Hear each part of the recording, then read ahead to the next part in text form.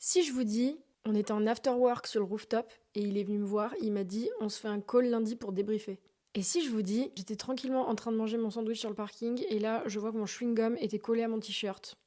Vraiment pas cool. Il y a une de ces deux phrases qui vous a plus agacé que l'autre. Et c'est la première. Pourquoi est-ce qu'elle vous a agacé? Parce qu'elle contient pas mal d'anglicismes. En réalité, la deuxième phrase contient plus d'anglicismes. Elle en contient 5, alors que la première en contenait 4. Alors qu'est-ce qui fait que c'est cette première phrase qui nous agace plus? C'est tout simplement le fait que les anglicismes utilisés dans cette première phrase sont plus récents.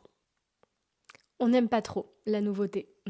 Et la langue a quelque chose de sacré dans notre société, si bien que dès qu'on y touche, souvent ça passe mal. Que ce soit pour des néologismes, qui viennent pas forcément de l'anglais d'ailleurs, ou même juste si on pense à tous les débats sur le pronom yel, l'écriture inclusive, etc. Pourtant, sachez qu'à toute époque, les nouveaux mots ont agacé, ont énervé les puristes, les conservateurs. Ça permet, je trouve, de remettre les choses en perspective et de surtout se souvenir que, oui, une langue est vivante et il faut parfois réussir à se décentrer, prendre un peu de recul et se rendre compte que ces mécanismes, même s'ils nous agacent, moi la première, très souvent, ça reste parfaitement normal. Et puis ne vous inquiétez pas, il y a plein de néologismes qui tombent dans l'oubli, tout simplement parce que ils ne perdurent pas dans le temps. Donc parmi tous ces anglicismes ou ces néologismes qui nous énervent, certains disparaîtront, mais certains finiront par s'imposer.